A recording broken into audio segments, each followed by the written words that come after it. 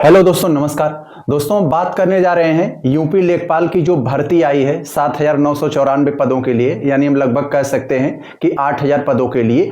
उसमें किस तरह से ओबीसी आरक्षण की धज्जियां उड़ाई गई हैं, इसके एक एक परत को हम खोलने जा रहे हैं। वीडियो को अंत तक देखिएगा।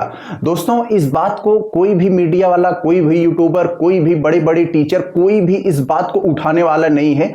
देश की लगभग आधी आबादी को कवर करने वाली ये पिछड़ी जाति, इसको माइग्रेशन के नाम पर तो इसको तोड़ा ही जा रहा है। अब इसका जो हक है 27% आरक्षण जो हमें मिला है, उसमें भी किस तरीके से धज्जियां उड़ाई जा रही हैं। मात्र 18% इसमें दिया गया है। इसका हम एक एक काला चिट्ठा खोलने जा रहे हैं। इससे पहले आप थोड़ी सी जरूरी सूचना को सुन लीजिए कि दोस्तों, ये जो 8,000 यूपी लेखपाल की लगभग भर्ती आई है, ये आपके लिए एक बहुत बड़ा गोल्डन चांस है। बेरोजगारी के इस आलम में यदि 8,000 पदों की ये है, तो आप चाहे जिसकी तैयारी करते हो, अगर आपने यूपी पेट का एग्जाम दिया है, आपका 55 के लगभग ऊपर है, तो आप फॉर्म भरें और आपके लिए एक बेहतरीन चांस है। बेरोजगारी के इस आलम ने सरकार जो एक 2027 का चुनाव को देखते हुए लाई है, आपके लिए एक बहुत बड़ा अवसर है। जी जान लगा दीजिए। इसके लिए सरकार को धन्यवाद देते हैं। लेकिन हम सरकार से ये पूछना चाहते हैं, ये जो आप 7,994 पदों की यूपी लेखपाल की भर्ती लेकर आए हैं,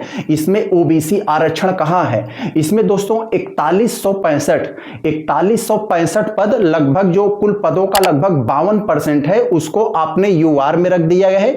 और ओबीसी का अगर हम लोग देखें, जितनी पदों की भर्ती आई है, उसका अगर हम 27% निकालें तो लगभग ये 2158 आ रहा है। और आपने दिया है केवल 1441, यानी लगभग 18%। जो ओबीसी का हक है 27% मिलना चाहिए, वो भी यहां पर आप नहीं दे रहे हैं। तो दोस्तों, यहां पर कुछ लोग ज्ञान देने आ जाएंगे कि सर, ये तो जो ओबीसी है वो यूआर में भी जाके फाइट करेगा ना।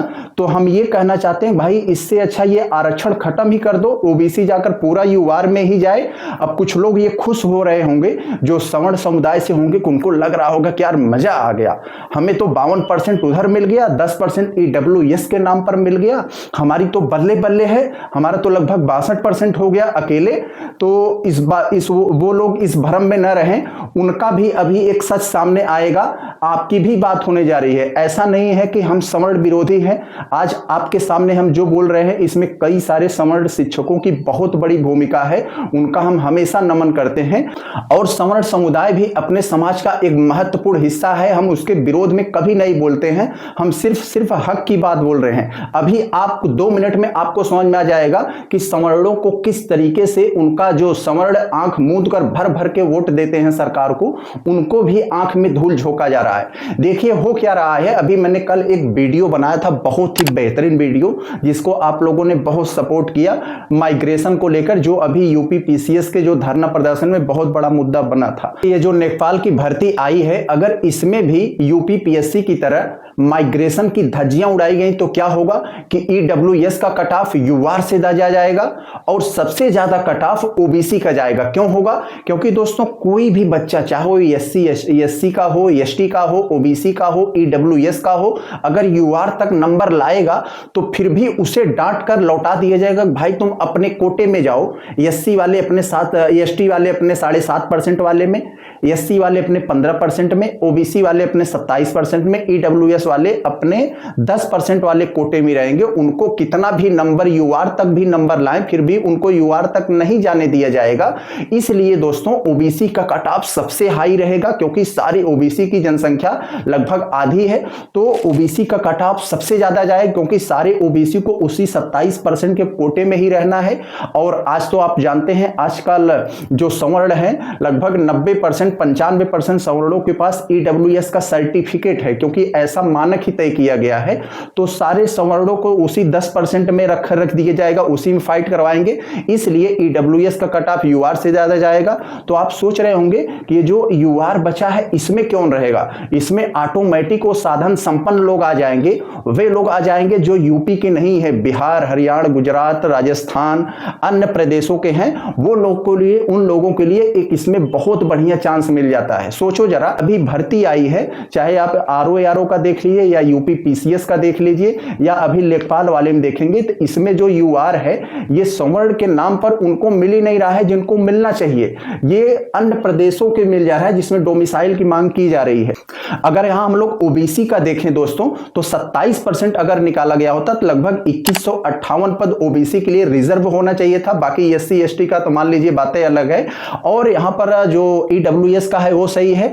और जो यहां पर इन्होंने 4165 अनरिजर्व में रखा है ये लगभग 52% आ रहा है, क्योंकि दोस्तों 7.5% एसटी का आरक्षण है, 15% एससी का है, 27% ओबीसी, 10% ईडब्ल्यूएस, कुल मिलाकर 59.5% हो गया। तो यहां लगभग 40% सीटें अनरिजर्व होनी चाहिए थी, यानी कि जो 7,994 पदों की भर्ती है इसका अगर हम लोग 40% निकालें तो ये लगभग 3200 आता है। तो केवल यहां पर इन्होंने जो 4165 रख दिया है अनरिजर्व, ये अनरिजर्व लगभग 3200 केवल होनी चाहिए थी।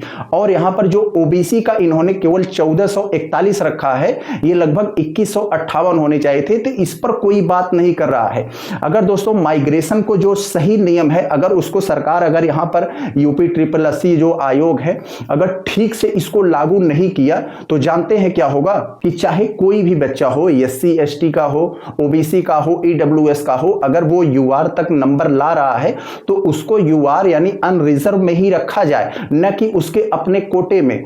क्योंकि दोस्तों आरक्षण इसी आधार पर बनाया गया है कि जो बेचारे साधन संपन्न लोग नहीं हैं, जिनके साथ अन्याय हुआ है अतीत में, तो उनको वो साधन संपन्न नहीं है, उतना अच्छा सा उनकी पढ़ाई नहीं हो पाती है, वो उतना बाहर नहीं निकल पा रहे हैं, वो साधन संपन्न नहीं है, तो वो कम नंबर भी लाए तो उनको कोटे के आधार पर उनकी वहां पर वो भर्ती हो जाए। अगर जो साधन संपन्न लोग हैं जो ठीक ठाक से पढ़ाई किए हैं अगर वहां तक नंबर ला रहे हैं तो उनको वहां पर रखा जाए, इसमें कोई दोस्तों गलत बात नहीं है। और आयोग से हमारी यही मांग है कि आप यदि माइग्रेशन को नियम यहां लागू नहीं करते हैं तो ये बहुत बड़ा दोस्तों अन्याय होगा, खास करके ओबीसी समुदाय के लिए। तो हमारी मांग है, जो सारे टीचर्स मांग कर रहे हैं कि 50 गुना बुलाइए, इतना बुलाइए, वो ज्यादा से ज्यादा अपना कोर्स बेचने के जुगाड़ में है, लेकिन कोई भी इस बात को कहने में हिम्मत नहीं जुटा पा रहा है, डरे हुए हैं कि न जाने क्या हो जाएगा, कि इस बात को कहने में उनकी समझ लीजिए फट रही है कि ओबीसी के साथ कितना बड़ा अन्याय हो रहा है। जो आधी आबादी को कवर करता है